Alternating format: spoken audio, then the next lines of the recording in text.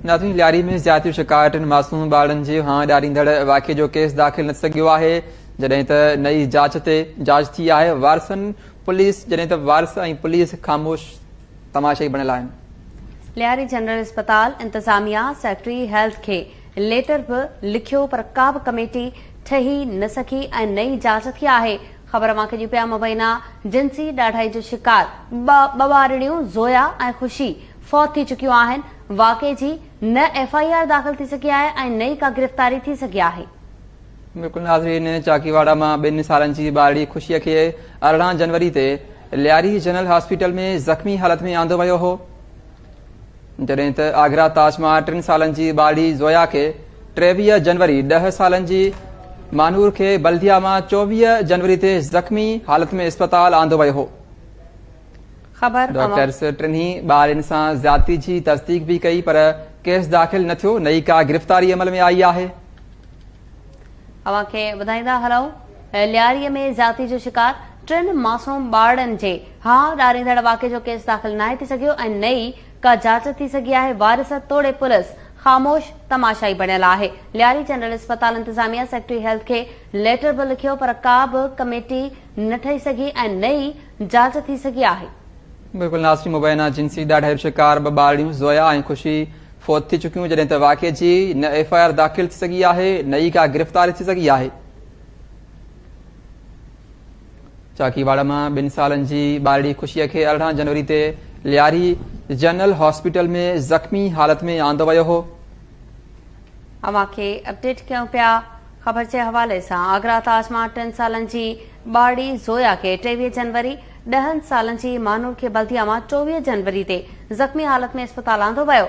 Doctors टिन्ही ॿारनि सां ज़्यादती जी तस्दीक बि कई, पर न केस दाख़िल थियो ऐं नई का गिरफ़्तारी अमल में अची सघी आहे। लियारी में ज़्यादती जो शिकार 3 मासूम ॿारनि जे हां ॾारींदड़ वाक़िअनि जो केस दाख़िल नाहे थी सघियो ऐं नई जांच थी सघी आहे। वारिस तोड़े पुलिस ख़ामोश तमाशाई बणियल आहिनि। लियारी जनरल अस्पताल इंतजामिया सेक्रेटरी हेल्थ के लेटर भी लिखियो, पर का भी कमेटी न ठही सघी, जॾहिं त मुबैना जिन्सी ॾाढाई जो शिकार 2 ॿारनि ज़ोया ऐं ख़ुशी फौत थी चुकियूं आहिनि। वाक़े जी न FIR दाख़िल थी सघी आहे, नई का गिरफ़्तारी थी सघी आहे। चाकीवाड़ा मां 2 सालनि जी ॿारड़ी ख़ुशीअ खे 18 जनवरी ते लियारी जनरल अस्पताल में ज़ख़्मी हालत में आंदो वियो हो। इन जा तफ़सील मालूम कंदासीं। लाइन ते मौजूद आहे KT news reporter Aslam Haider Solanki. जी असलम, कहिड़ा तफ़सील आहिनि?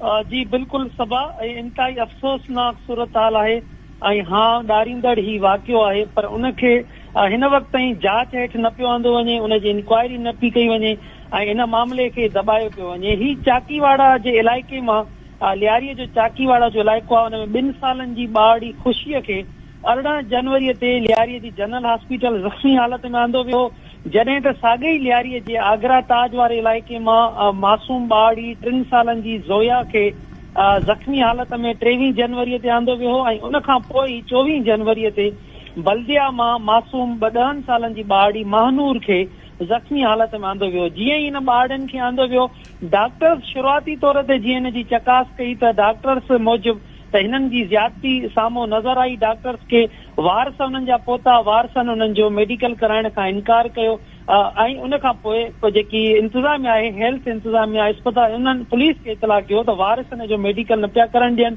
पुलिस उते पहुती, पर पुलिस रवायती अंदाज़ में उहो साॻियो जवाबु ॾिनो अस्पताल इंतज़ामिया खे त जॾहिं वारिस हिन मामले में नथा बीहनि, असां छा था करे सघूं। स्टेट पुलिस को बि किरदारु अदा न कयो। नेठि 2 ॿारड़ियूं उन मां ज़ोया ऐं ख़ुशी, 2 सालनि जी ख़ुशी ऐं 3 सालनि जी ज़ोया, उहे फौत थी वयूं ऐं उन्हनि जा वारिस लाश खणाए उन्हनि तदफ़ीन उन्हनि जी करे छॾी, जॾहिं त महानूर जेकी 10 सालनि जी आहे उहा ज़ख़्मी हालत में खणी विया। ही इंतहाई अहम मामिलो आहे। 3 ॿारनि सां जेके डॉक्टर्स मूजिबि इहा ज़्यादती हुई। उनखां पोइ MS Lyari general hospital secretary health खे ख़त लिखियो त पुलिस बि हिन में जांच न पई करे, वारिस बि ॿारड़ियूं खणी हलिया विया आहिनि। ही ज़्यादती जो मामिलो आहे, हिन ते इंक्वायरी जोड़ी वञे।